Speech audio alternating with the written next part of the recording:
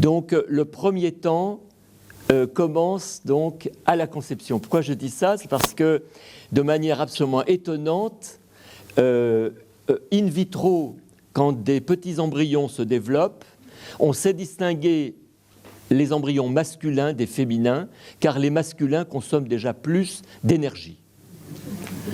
Et ça, je m'y retrouve assez bien, parce qu'à table, chez nous, c'est quand même les garçons, chez nous, qui mangent plus. Je ne sais pas si c'est vrai chez vous. Et donc, c'est assez étonnant, et ça pose tout de suite une question. On s'est dit, mais pourquoi ? Pourquoi ? Et donc, les chercheurs ont trouvé pourquoi.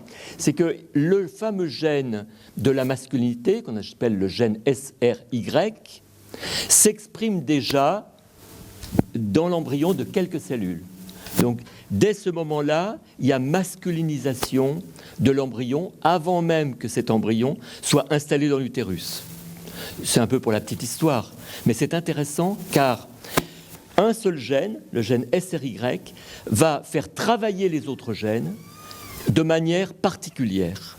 C'est ce qu'on appelle l'épigénétique. Vous savez, la génétique, c'est les gènes, et ce qui est autour des gènes, on peut dire, pour les faire travailler, c'est l'épigénétique. Eh bien, le gène SRY de la masculinité orchestre l'activité des autres gènes avant même d'être implanté dans l'utérus.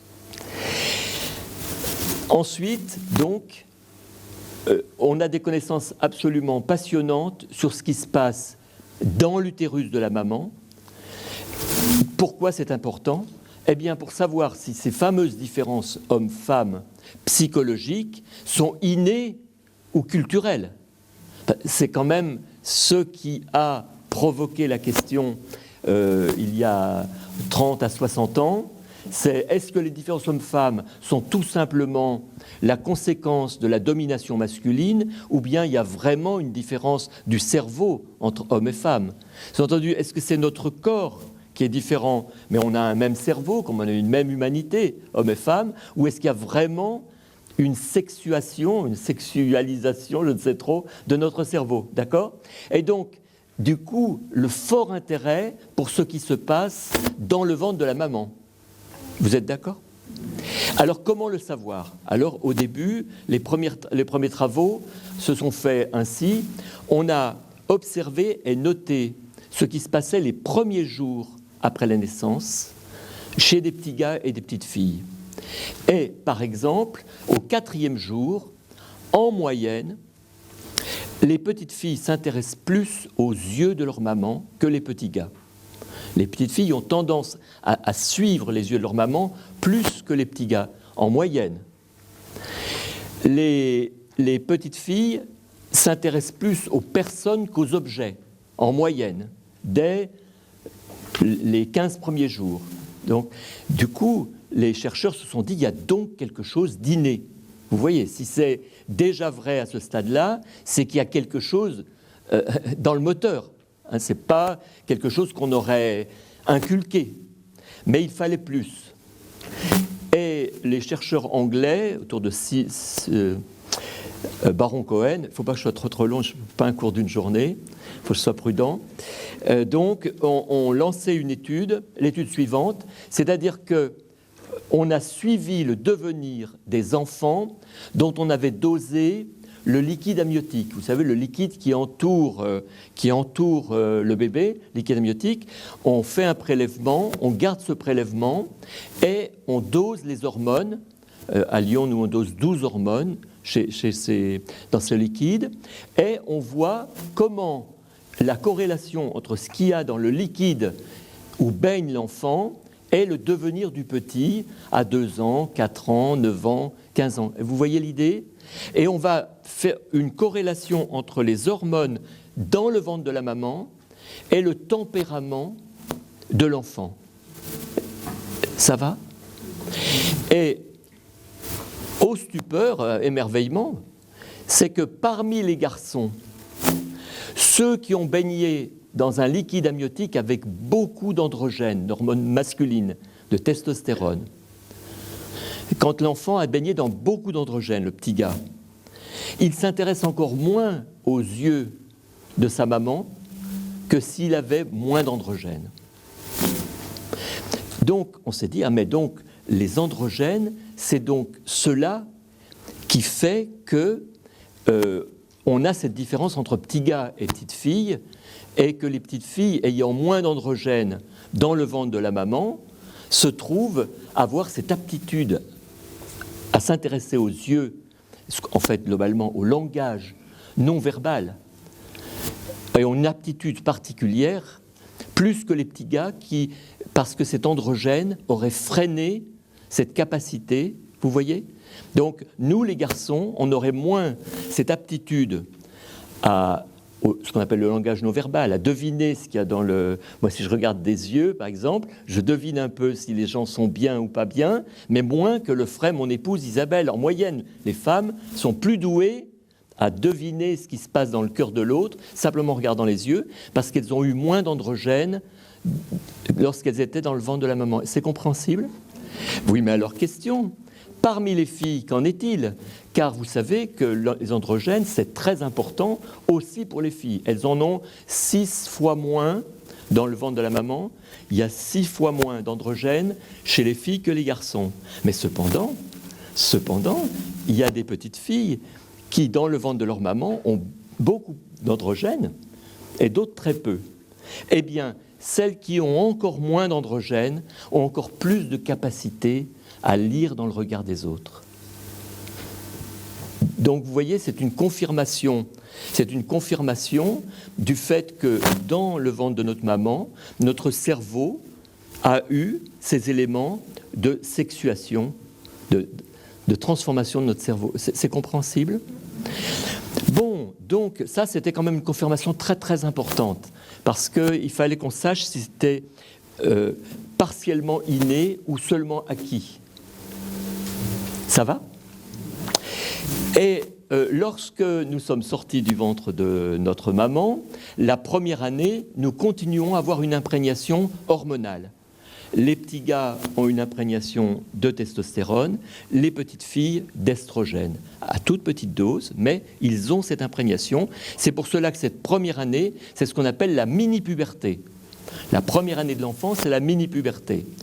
Donc vous voyez, le son mini-puberté, en effet, c'est qu'un peu comme une puberté, sous-entendu, ça forme le corps et l'esprit, principalement l'esprit, parce que le corps du petit garçon aussi, mais disons que ça forme aussi l'esprit. Par exemple, en fonction du taux de testostérone et d'estrogène que l'on a, selon qu'on est petit gars ou petite fille, la première année, on est plus désireux de jouer avec des poupées ou avec des camions. Vous savez que garçons et filles aiment jouer avec poupées, camions, mais qu'en moyenne, les petits gars sont plutôt tournés vers les camions, en moyenne. Moi, j'ai des petits-enfants, garçons, filles, et je vois bien que c'est en moyenne, c'est pas systématique. En moyenne, les petits gars aiment bien les camions, et les petites filles aiment bien les poupées. Même si, moi, j'ai un de mes petits-fils qui aime bien les poupées, vous voyez, c'est pas mécanique. Eh bien, la mini-puberté augmente cette tendance. C'est-à-dire qu'une petite fille qui aura beaucoup d'estrogène aura plus d'attrait pour les poupées. Un petit gars qui a plus de testostérone est plus enclin à jouer avec les camions. Donc vous voyez, cette mini-puberté est encore un temps où notre cerveau bénéficie d'une masculinisation ou d'une féminisation. Et donc ça c'est le premier temps, vous voyez, qui a commencé à la conception et qui se termine au bout d'un an à peu près. Ça va ? Le deuxième temps, vous savez, c'est tous ces petits schtroumpfs qui ils sont ni des nourrissons, ni encore des pubères. C'est des petits gars ou des petites filles, jusqu'à l'âge de raison ou à peu près. Eh bien, les hormones masculines ou féminines, les hormones sont identiques pratiquement. Garçon-fille, il n'y a pas d'imprégnation hormonale particulière. Sous-entendu, ce n'est pas un temps, semble-t-il, où il y aurait une transformation par les hormones de notre cerveau. Les neurosciences appellent ça, dans le fond, le stage pratique. C'est-à-dire que c'est le temps où, petit gars, petite fille, on met en pratique ce qu'on a reçu dans le premier temps. Car effectivement, dans le premier temps, on a été masculinisé ou féminisé, et on le met en pratique. Sous-entendu, enfin moi j'ai 15 petits-enfants, hein, donc je les vois faire, ils ne sont jamais au repos. Sous-entendu, ils sont toujours soit à dorloter des poupées, soit à s'occuper, je schématise un peu parce qu'en 3/4 d'heure, s'occuper des camions, vous m'excusez pour les camions, les poupées, hein, c'est pas... En fait, vous comprenez, ça c'est tellement fondamental que c'est vrai chez la plupart des mammifères. C'est-à-dire que dans les animaux de laboratoire, on voit parfaitement le lien entre les hormones et ce avec quoi jouent même les petites souris. Et si on manipule leurs hormones, on voit cette tendance se faire. Donc, il y a une maman avec un bébé, là, comme par hasard, c'est une maman qui a son bébé contre elle. La nature a quand même préparé globalement la maman au goût pour ce qui est rond. Dans toutes les espèces, pratiquement, les poupons sont ronds. Vous voyez ce que je veux dire? Ils ont une bouille ronde, que ce soit un petit chat ou un humain. La nature nous a donné cet attrait, ce premier attrait, pour s'attacher, en fait. Les rondeurs sont là pour nous attacher. Mais les hormones nous ont préparé le cerveau de manière à répondre à cet attachement. Vous voyez? Donc c'est un temps de stage, le deuxième temps. Le troisième temps est tellement fantastique que je vais plutôt venir au troisième temps maintenant que de traîner sur le deuxième temps de stage pratique. C'est ce qu'on appelle, les anglo-saxons appellent ça la deuxième douzaine. La deuxième douzaine, pour dire de 12 à 24 ans en fait. Maintenant, franchement, la puberté commence bien souvent à 10 ans. Hein. On le voit, les petits, même 9 ans, on voit que ça bouge, non? Hein. Mais on va dire la deuxième douzaine par respect pour les neurosciences. Hein. Mais c'est passionnant. C'est que ce qu'ils nous disent, c'est attention, il ne s'agit pas de 2-3 ans, il s'agit de 12 années, 12 à 14 années. C'est la troisième période de sexuation de notre cerveau. Ça se compose en 3 parties. Hein, donc, la puberté, la suite de l'adolescence et l'émergence de l'âge adulte. Hein, c'est-à-dire que cette deuxième douzaine comporte 3 fois 4 ans, en fait. Hein, avec un petit retard chez les hommes. On a 2 ans de retard en moyenne, les garçons. Et donc, la première partie, c'est la puberté qui a comme rôle de transformer le corps pour nous rendre fertiles, en fait. La puberté rend notre corps fertile et rend le cerveau capable à vivre ce qui tourne autour de la transmission de la vie, c'est-à-dire le désir sexuel, une augmentation du désir de pouponner, de prendre soin. Vous voyez, c'est la puberté qui a cette mission-là, de nous préparer à transmettre la vie. C'est la puberté. Le deuxième temps, la suite de l'adolescence, a comme rôle de nous faire quitter notre famille. C'est-à-dire que c'est un temps où l'enfant, alors qu'il était content de venir en vacances avec nous, tout ça, voilà maintenant qu'il veut partir avec ses copains. On pouvait l'habiller n'importe comment, maintenant il lui faut des marques. Vous voyez ça, ceux qui ont des enfants, ils voient de quoi je veux parler. C'est le temps où, chez les autres, c'est mieux que chez nous. Hein? Mais c'est nécessaire. Et puis, attention, c'est aigu dans leur cœur, car c'est une question de survie. C'est une question de survie. S'ils ne quittent pas papa, maman, ils ne pourront pas rentrer dans la société. C'est une question de survie. Et les biologistes montrent que ça existe même chez l'animal. Dans un labo, quand les souris sont adolescentes, elles sont infernales, elles prennent du risque. Si on intoxique l'une d'entre elles par de l'alcool, on crée une dépendance, eh bien les autres viennent, à cet âge-là, viennent aussi bénéficier de l'alcool. En somme, on retrouve l'adolescence, mais qui est à base de « maintenant, il faut que je quitte papa-maman, je dois aller au-devant du monde ». Et vous savez, on parle de l'essence, E2SENCE, de l'adolescence. C'est un peu un jeu de mots de Dan Siegel. Il y a 4 éléments dans l'adolescence. ES, SE, N et CE. ES, c'est l'émotion. Le jeune, subitement, les émotions l'envahissent. Il suffit qu'on touche le corps pour que les émotions... je suis adolescent, je touche, je frôle une fille, ça monte à mon cortex sans avoir pris le temps de s'arrêter. C'est l'émotion envahit, parce que le système limbique est ouvert. Donc les émotions, ça remonte jusqu'en haut. C'est le premier temps, c'est le premier élément. Le deuxièmement, c'est SE, c'est dont on parlait, c'est la nécessité de quitter ma famille et d'aller dans le monde, c'est social, la dimension sociale. La troisième, c'est la nouveauté. C'est-à-dire que l'enfant cherche du nouveau. Hier, il était passionné par la guitare, maintenant, il veut se mettre au rugby à 15. Voilà. Il faut que ça change. Et puis après, il voudra, je ne sais trop. Pourquoi ? Parce que et c'est l'âge aussi où il dit « je m'ennuie », vous le voyez complètement abattu. En effet, sa dopamine et sa sérotonine sont au plancher. Par rapport à nous, on a ce qu'il nous faut comme dopamine, sérotonine, ça peut aller. Et lui, c'est au plancher. Le corps met l'enfant au plancher en bien-être, en hormones du bien-être. Et chaque fois qu'il a quelque chose de nouveau, subitement, c'est le nirvana, un bien-être disproportionné. Mais le lendemain, il retombe. Comme quelqu'un qui est dépendant de la pornographie ou de l'alcool, en fait. C'est la nécessité de quelque chose pour être au moins un peu bien. On est subitement bien, et puis subitement, ça ne va plus. C'est le système dopamine qui est réglé comme ça pour que le petit aille au-devant du monde, en fait, pour le pousser dehors. Et le quatrième élément, donc, c'est la créativité.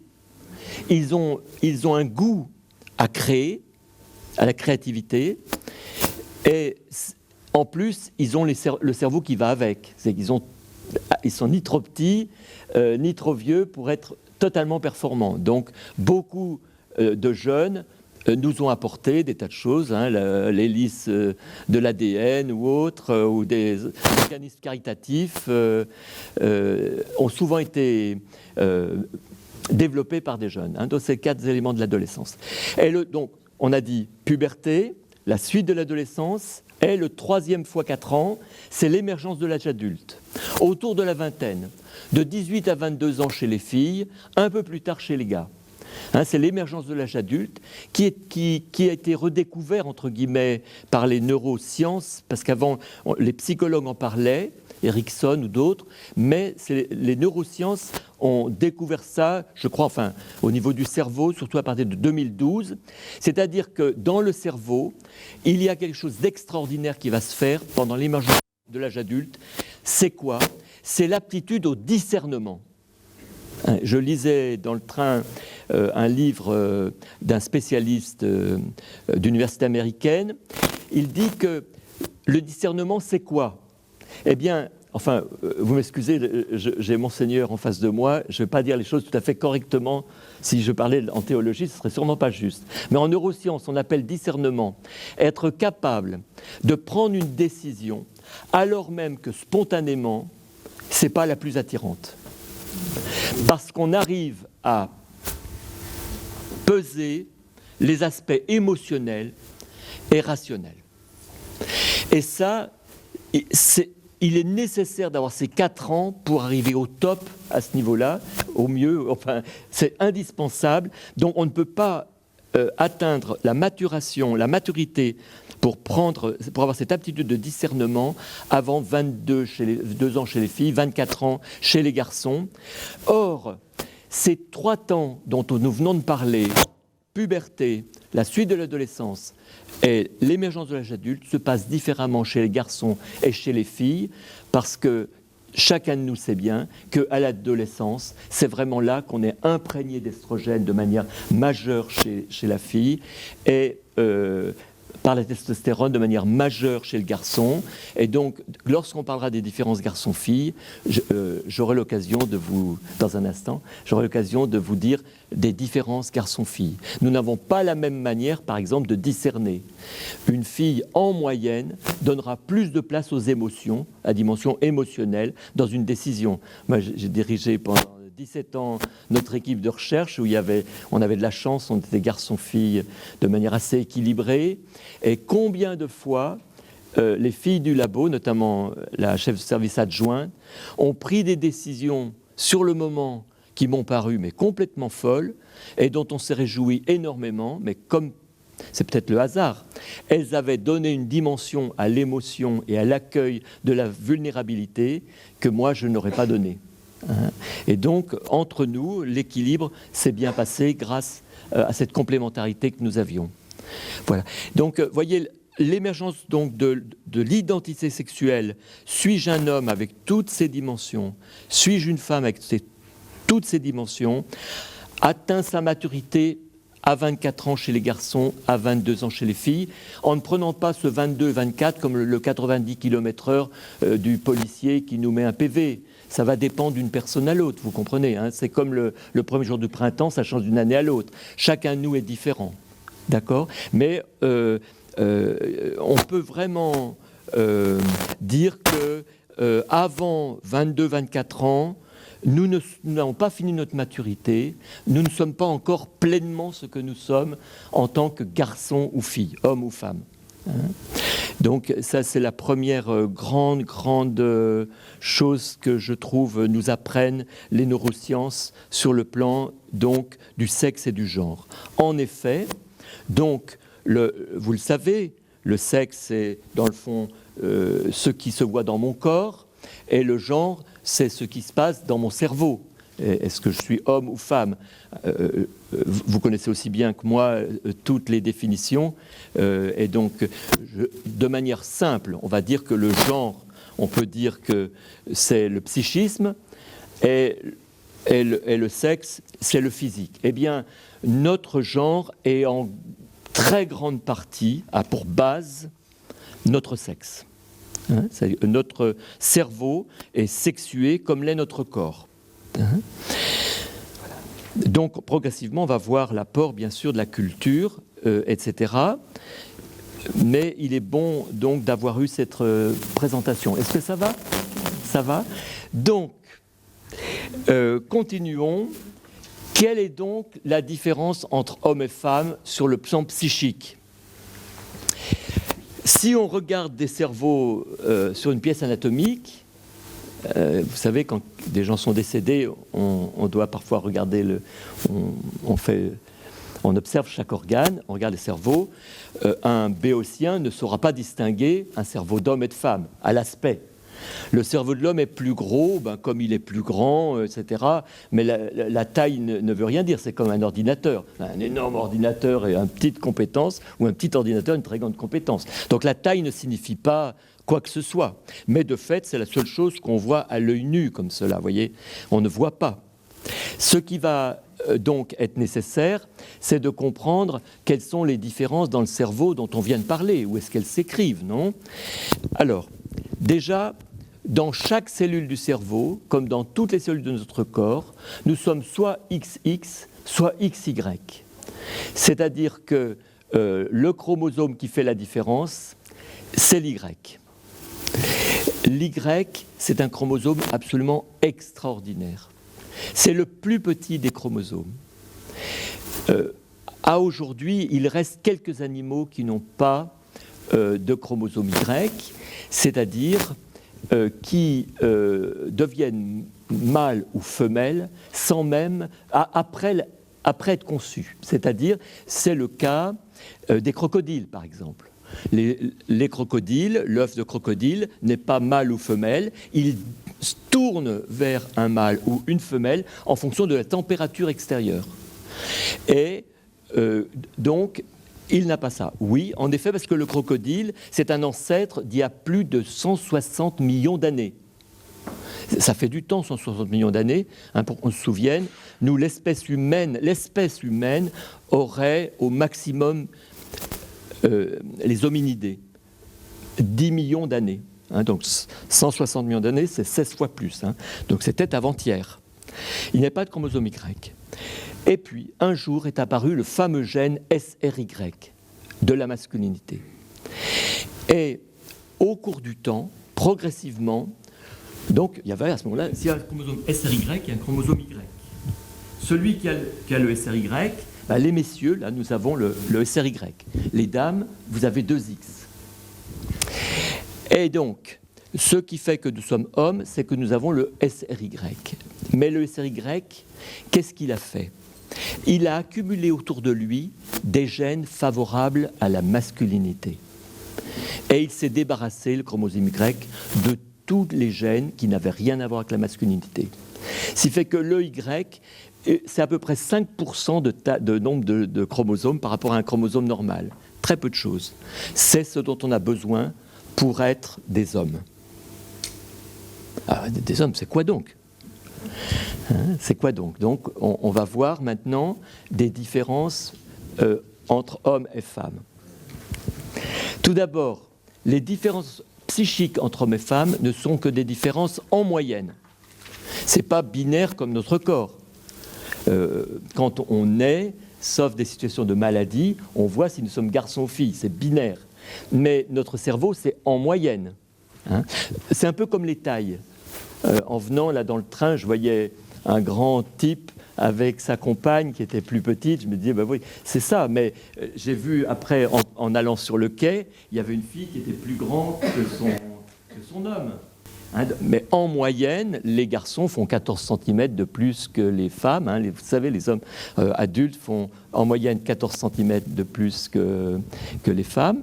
Mais il y a des femmes plus grandes que certains hommes et des hommes... non, ça ne va pas dans le sens. J'allais essayer, mais non. Donc vous voyez, eh bien, les différences psychiques, c'est pareil. C'est-à-dire que... Merci. On voit souvent... Merci Marie-Gabrielle.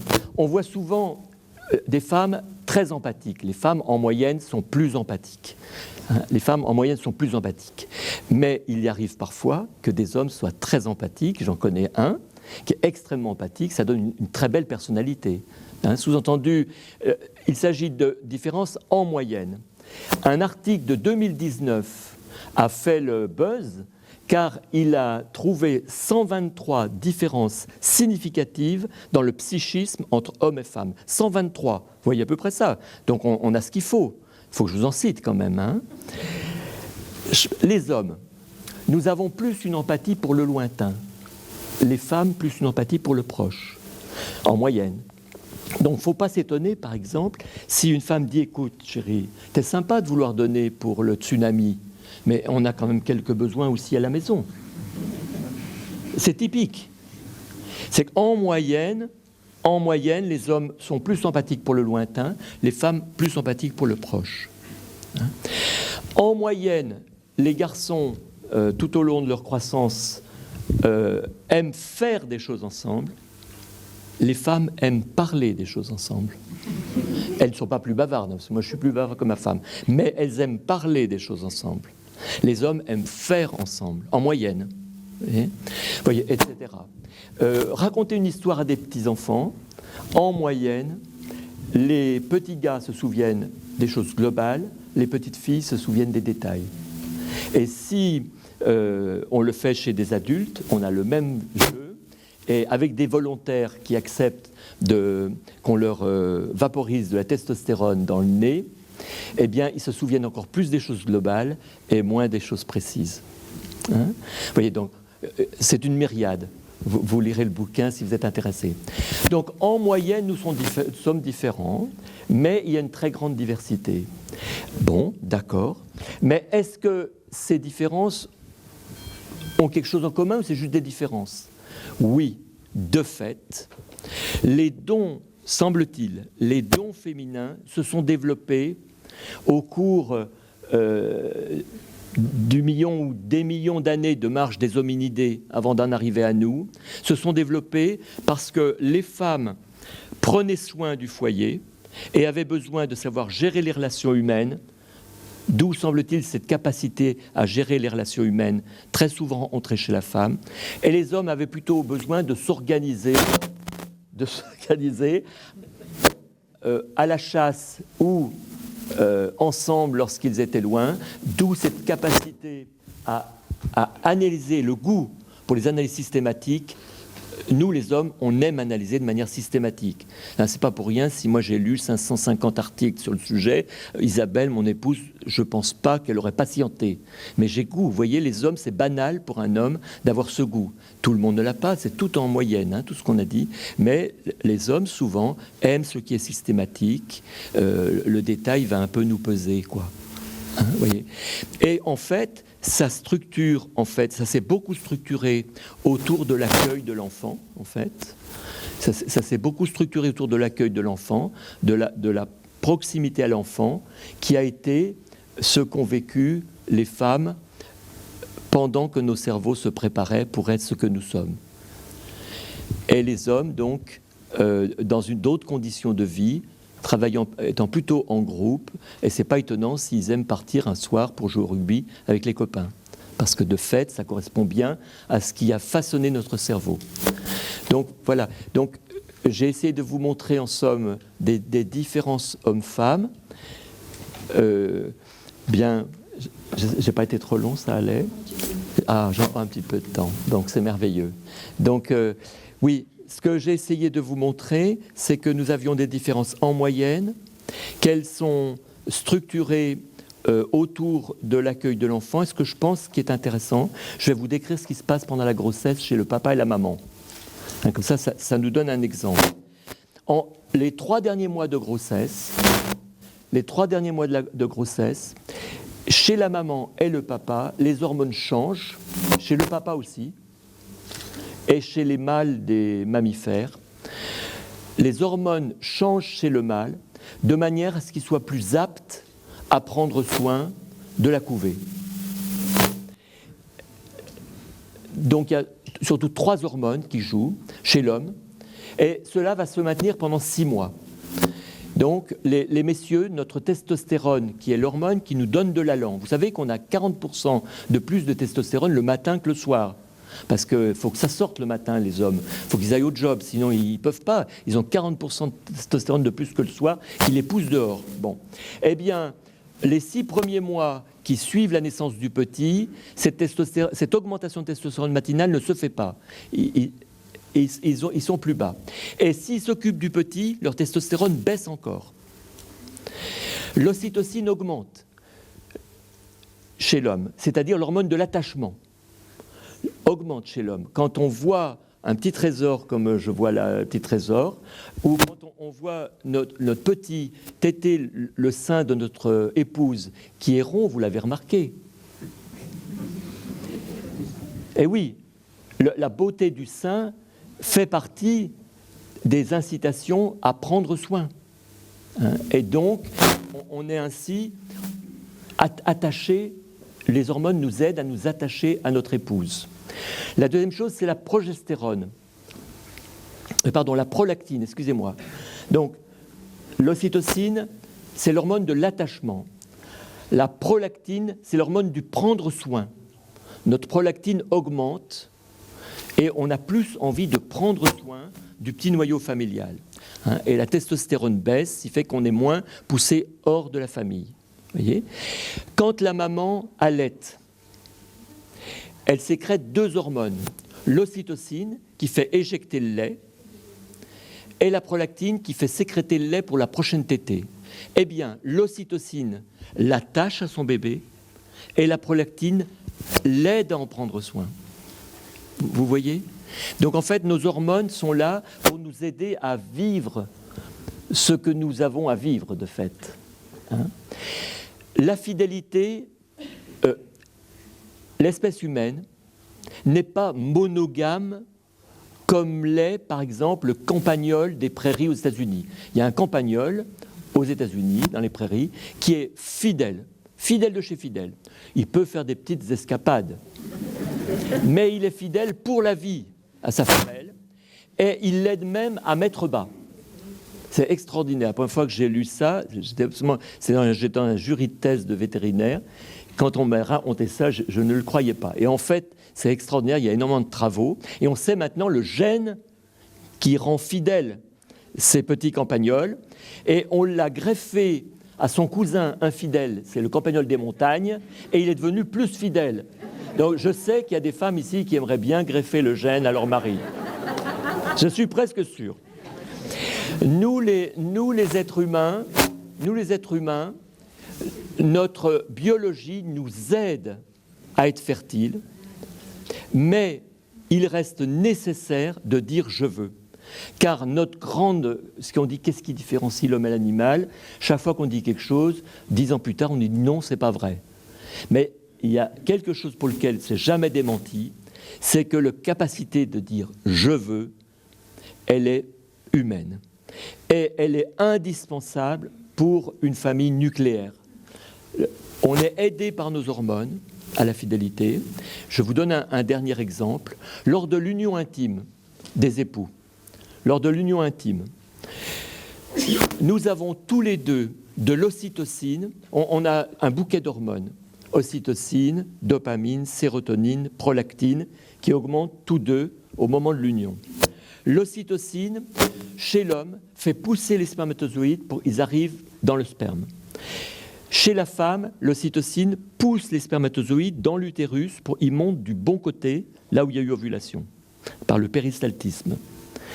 Cette même hormone ocytocine nous attache l'un à l'autre, ce qui est fort utile. C'est-à-dire que cette ocytocine est un élément très important qui nous est donné pour entretenir notre fidélité, l'attachement à l'autre de manière unique. Donc, vous voyez, voilà, je crois qu'il faut que j'ai la sagesse de m'arrêter, j'ai dit beaucoup de choses. Voilà, ce que j'ai essayé de vous dire, voyez, c'est que on a des outils pour réfléchir. Les neurosciences ne dictent pas une conduite, ça ne clôt aucun débat.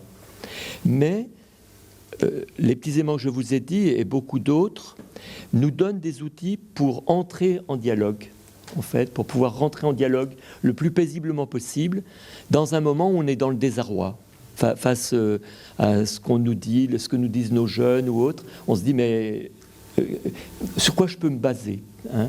Et donc je crois que les neurosciences peuvent être une aide pour nous pour continuer le chemin. Et personnellement, je trouve que oui, c'est difficile, mais peut-être que c'est l'ouverture à un temps où on va non seulement respecter les droits de la femme, mais découvrir sa grandeur, ce qui reste à faire, et découvrir la grandeur de la masculinité. C'est pour ça que je vous ai parlé du merveilleux et grand petit Y. Hein?